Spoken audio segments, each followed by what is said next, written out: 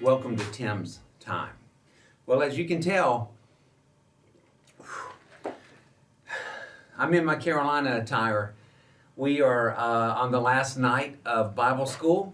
It was wear your favorite team jersey attire night or whatever. We just finished up Vacation Bible School, game on, a sports theme week. It's been a fantastic week. And probably about an hour or so ago, before we started cleaning up, I went to the closing ceremonies. I looked over at Jackie and Sharon and the kitchen crew as if I were in charge and said, "All right, shut it down." And of course they laughed, and who am I to tell anyone to shut anything down? And then we closed out Bible school, and it's been a great week. Even now as I'm filming, people are cleaning and we're getting everything ready for the start of something else.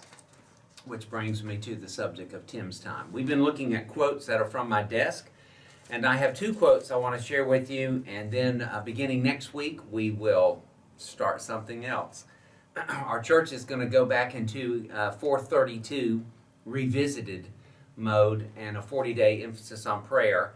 And so I'll probably be talking with you about starting your school year and your fall and some of those kind of things. But I want to give you these two quotes. They are stuck together until today. I chopped them apart for our purposes. One of them I haven't had on my desk for a long time, but I've had it for a long time. It was quoted by Martin Lloyd-Jones of Westminster Chapel in London, given to me years ago when I first started ministry, where he said, "Preaching is the highest and the greatest and the most glorious calling to which anyone can ever be called." I look at that occasionally and I think of how excited I was when God first called me to preach. Even before he called me to pastor, I knew he had called me to preach, and I couldn't get enough of study, couldn't get enough of preparing messages and delivering them, and trying to improve my craft. I set out with the intent of spending the rest of my life preaching for him. And then, I don't really know who the source of this quote is. This is a relatively new one, but I've stapled these two together so that I look at them side by side.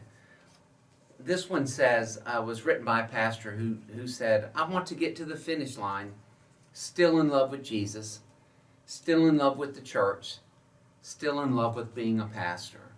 With my head held high, with my dignity and my honor still intact, I want to look back over my shoulder and say, it was worth it."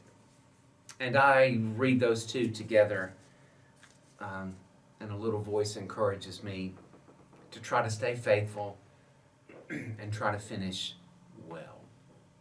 How about you?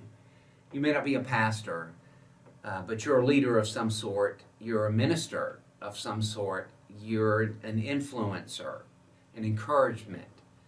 Are you going to finish well? Because believe it or not, and the older I get, the sooner it appears to be coming, the day's going to come when someone with a lot more authority than me, holding something other than a cup of water, maybe the crown of righteousness or the crown of life, is going to hear the words from his Father, "Shut it down."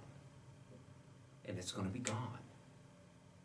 And all that's really going to matter on that day is how well you lived and who you touched and who you helped and how you walked through life with them and who did you trust, and all of those intangible internal questions that we ask and are challenged with over and over and over again. And so let me just tell you, summer's about over and we're about to shut it down and head into a new school year. What you going to do with this year? What you going to do with the remainder of your life? What you going to do with the remainder of time you have with your kids till they move away and go off to college? And on and on and on and on. Let's make the most of it. Let's finish still in love with Jesus, still in love with his people, still in love with being servants, still praying and seeking his will. Hope you have a fantastic week. God bless.